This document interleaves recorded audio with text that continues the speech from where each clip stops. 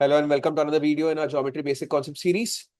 And continuing with the topic of circles today, we are going to be looking at one specific construction in circles called the construction of direct common tangents. So what does this mean? What is the meaning of direct common tangents? So firstly, for that, we need to understand that whenever we have two circles which are not touching each other externally on a plane, or when they are touching each other at a plane, doesn't matter. Whenever we got two circles such that at least some part of them is external to each other, then we can construct four common tangents, four straight lines which are tangents to both the circles. Two of those are called the direct common tangents. So which two? The tangents which stay on the same side of the center of both the circles are called the direct common tangents. So these two tangents. Okay, the first tangent here that I drew on top is on top of both the centers. So that is a direct common tangent, or a DCT. So this is also referred to as a DCT. And similarly, the second tangent that I drew is below the center of both the circles. So this is also called a DCT. So all circles have two direct common tangents. Now, in geometry questions in circles, oftentimes you'll find the presence of direct common tangents, and mostly questions which have common tangents revolve around the objective of either finding out the distance between the centers of the two circles, given the length of the DCT, or given the distance between the centers of the two circles, we have to find the length of the DCT. So we have to find a way to relate length of a direct common tangent with the distance between the centers of the two circles.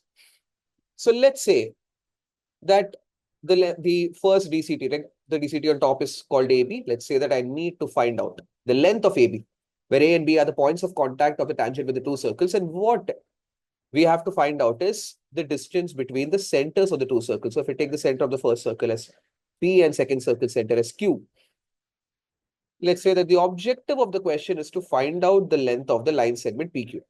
So AB's length is given, PQ's length is asked. Then how do we approach the solution of this question? So whenever a question like this is present, we have to immediately make a couple of constructions. First construction is very simple. We need to remember, once again, I iterated this rather in the previous video, that whenever there's a tangent, there's a normal. I will reiterate it, that whenever there's a tangent, there's a normal. So whether a question asks for it or not, draw the normals to the tangents. So to AB, I'll draw the normals from both the centers of the two circles P and Q. I'm going to draw the normals. We know that normal is perpendicular to the tangent at the point of contact. This is the initial construction. Second construction that we have to make is very specific to such questions, when we have to find a relationship between length of DCT and distance between centers of two circles. And that construction is, from the point of contact of the smaller circle, we will draw a line which is parallel to PQ. Right? I'm going to construct a line from D, which is parallel to the line PQ. So this line will definitely intersect AP, the normal AP, at some point. So suppose, let's say I call this point C. Now in class, I oftentimes ask my students that what kind of quadrilateral is BQPC. And several students tell me by looking at the figure that it's a rectangle.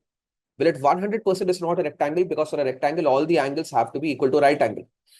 Whereas in this figure, clearly, angle QBA is the right angle. Normal is perpendicular to the tangent. So if angle QBA is a right angle, angle QBC will not be a right angle. So if angle QBC, which is one of the angles of the quadrilateral PCBQ, is not a right angle, so it cannot be a rectangle. So what kind of a quadrilateral it is? It is a parallelogram. How do I know that it is a parallelogram? Because length of, or DC is parallel to PQ. That's how we made the construction. So one pair of opposite sides are parallel. Also, AP and BQ are also parallel, because perpendiculars to the same straight lines will be parallel to each other. Both AP and BQ are perpendicular to AB. So of course, AP and BQ will be parallel to each other. So both pairs of opposite sides are parallel to each other, which means it is a parallelogram. And the fundamental property which is true for all parallelograms is that opposite sides are equal, which means PQ's length will be equal to BC's length. And BC is a side of the triangle ABC in which angle A is a right angle. So it's a right angle triangle. And BC is the hypotenuse, which means we can say BC square is equal to AB square plus AC square.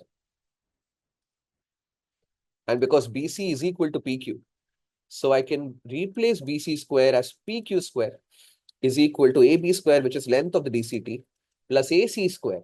And what is AC? But R1 minus R2, radius of the bigger circle minus radius of the smaller circle. Why? Because AC is AP minus CP. AP is radius of the bigger circle. CP will be equal to BQ because opposite sides of a parallelogram will always be equal to length. So R1 minus R2 the whole square is how we can write the value of AC as well. So if we want to find a relation between the length of the DCT and distance between centers of the two circles, and this process can always be followed. If we know the radius, then we can find out. If you know the radii of the two circles, then we can find out distance between centers of the two circles given the length of DCT, or length of DCT given the distance between the two circles. So you can actually remember this process. In a question where length of DCT is present, this can definitely come in handy. Thank you.